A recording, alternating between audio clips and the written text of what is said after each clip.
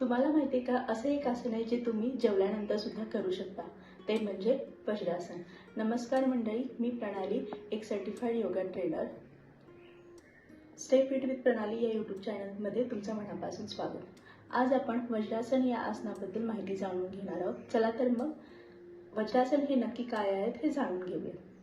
वज्रासनामध्ये आपलं शरीर हे वज्राप्रमाणे स्थिर आणि मजबूत होतं.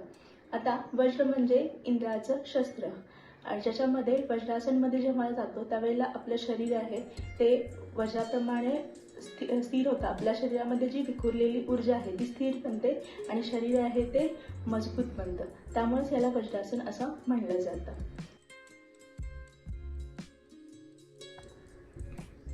जाणून घेऊयात आता वज्रासनाचे फायदे. नंबर 1, वज्रासनामुळे आपली पचनक्रिया सुधारते. वज्रासनाची स्थिती असे ज्याच्यामुळे आपलं अन्नपचन होण्यास मदत होते आणि आपली पचनक्रिया व्यवस्थित झाल्यामुळे जे आपण पचनक्रियाशी किंवा पोटाशी जे रिलेटेड आजार आहेत म्हणजे अल्सर आहे, ॲसिडिटी आहे, हे सुद्धा कमी व्हायला मदत होते. नंबर 2, पाठदुखीचा त्रास कमी होतो. वज्रासनाचा आपण जर नियमित अभ्यास केला तर आपल्याला पाठदुखीचा त्रास कमी होतो. जसं जे सायटिकाचे जे रुग्ण आहेत त्यांना सुद्धा आराम मिळतो. त्यामुळे रेग्युलर तुम्ही वज्रासनाचा अभ्यास करणं खूप गरजेचं आहे. नंबर 3, मनशांती मिळते. म्हणजे वज्रासनामध्ये वज्रासन हे आसन आहे ते मनशांतीसाठी किंवा ध्यानधारणेसाठी सर्वात उत्तम आसन आहे. त्यामुळे नियमितपणे तुम्ही जर जेवणानंतर किंवा बसल्या बसल्या जर वज्रासनाचा अभ्यास केला तर ते सुद्धा तुम्हाला याचा फायदा होऊ शकतो.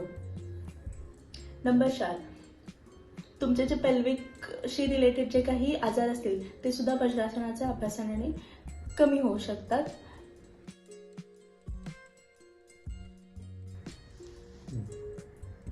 तर जाणून घेऊयात वज्रासन कसं करायचं. पहिल्यांदा दंडासन या आसनामध्ये जायचं आणि हळूहळू एक पाय फोल्ड करून पाठीमागेच. पहिल्यांदा हा पाय, नंतर हा, आणि दोन्ही पायाला थोडेसे टाचत थोडेसे साईडला घ्यायचं आणि त्यांच्यामध्ये असं बसायचं आहे. पाठीचा कणा ताठ, नजर समोर आणि श्वासावरती लक्ष द्यायचं.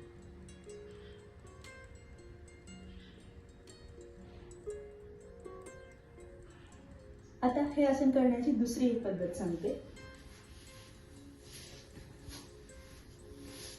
सुखासन मध्ये बसायचं आहे आणि दोन्ही हात समोर ठेवायचे आणि पाय अनफोल्ड करायचे आणि परत तुम्ही या आसनामध्ये जाऊ शकता. सेम तसंच पाठीचा कणा ताठ, नजर समोर आणि दोन्ही हात मांडीवरती आणि श्वासावरती. या आसनामध्ये तुम्ही सुरुवातीला 5 मिनिटं बसायचं आहे आणि जसं तुम्हाला स्टॅमिना वाढेल या आसनामध्ये बसण्याचा तसं तुम्ही त्याची लेंथ वाढवू शकता. अगदी तुम्ही अर्ध्या तासापर्यंत सुद्धा या आसनामध्ये इझिली बसू शकता. जर तुम्हाला त्रास जाणवत असेल त्यावेळेला या आसनामधून तुम्ही बाहेर यायचं आहे.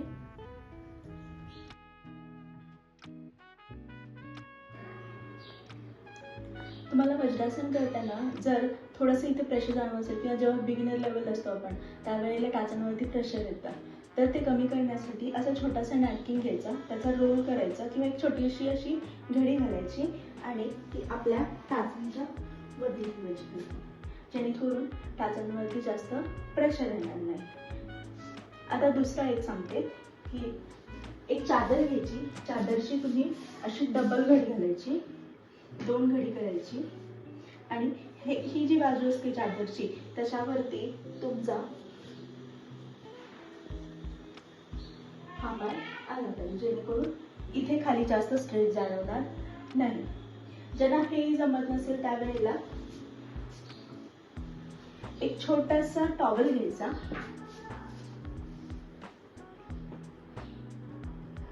त्याचा रोल करून ज्यावेळेला इथे तुम्हाला पेन जाणवतं त्यावेळेला गुडघ्यांच्या आतल्या बाजूला इथे हा टॉवेल ठेवायचा, जेणेकरून तुमची थोडीशी उंची वरती येईल आणि ह्याच्यावरती प्रेशर कमी पडेल. या जागी तुम्ही हे सुद्धा तुम्हाला सहन होत नसेल तुम्ही छोटीशी उशी किंवा कुशन याचा देखील वापर करू शकता. तुम्हाला जितकी हवी तितकी उंची थोडीशी करायची. जसं तुमचा सराव होईल तसं तुम्ही उंचीची लेवल हळूहळू कमी करू शकता आणि या आसनामध्ये व्यवस्थितरित्या तुम्ही बसू शकता.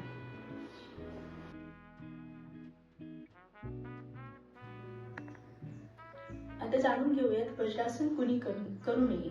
ज्यांना गुडघेदुखी किंवा टाचदुखी किंवा पायाशी रिलेटेड काही समस्या असतील किंवा त्या भागांमध्ये जर काही ऑपरेशन 3-4 महिन्यांपूर्वी झाले असेल तर त्यांनी हे आसन करू नये. डॉक्टरांच्या सल्ल्याने हे आसनाची सुरुवात करावी. किंवा कमरेच्या खालच्या भागांमध्ये किंवा तुम्हाला स्लिप डिस्कचा त्रास असेल तर यांनी सुद्धा हे आसन करू नये. जर तुम्हाला बरगड्यांमध्ये किंवा बरगड्यांच्या खालच्या भागांमध्ये काही जर त्रास असेल तर त्यांनी सुद्धा हे आसन करू नये. किंवा तुम्हाला आतड्यासंबंधी किंवा छोट्या मोठ्या आतड्यासंबंधी काही आजार असतील, अल्सर, हार्निया हे आजार जरी असतील तर तुम्ही हे आसन करू नये. डॉक्टरांचा सल्ला घ्यावा आणि ह्या आसनाची सुरुवात करावी. योगासंबंधी असेच व्हिडिओ पाहण्यासाठी स्टे फिट विथ प्रणाली या यूट्यूब चॅनलला नक्की सबस्क्राईब करा आणि हा जर व्हिडिओ आवडला असेल तर शेअर आणि लाईक करा. धन्यवाद.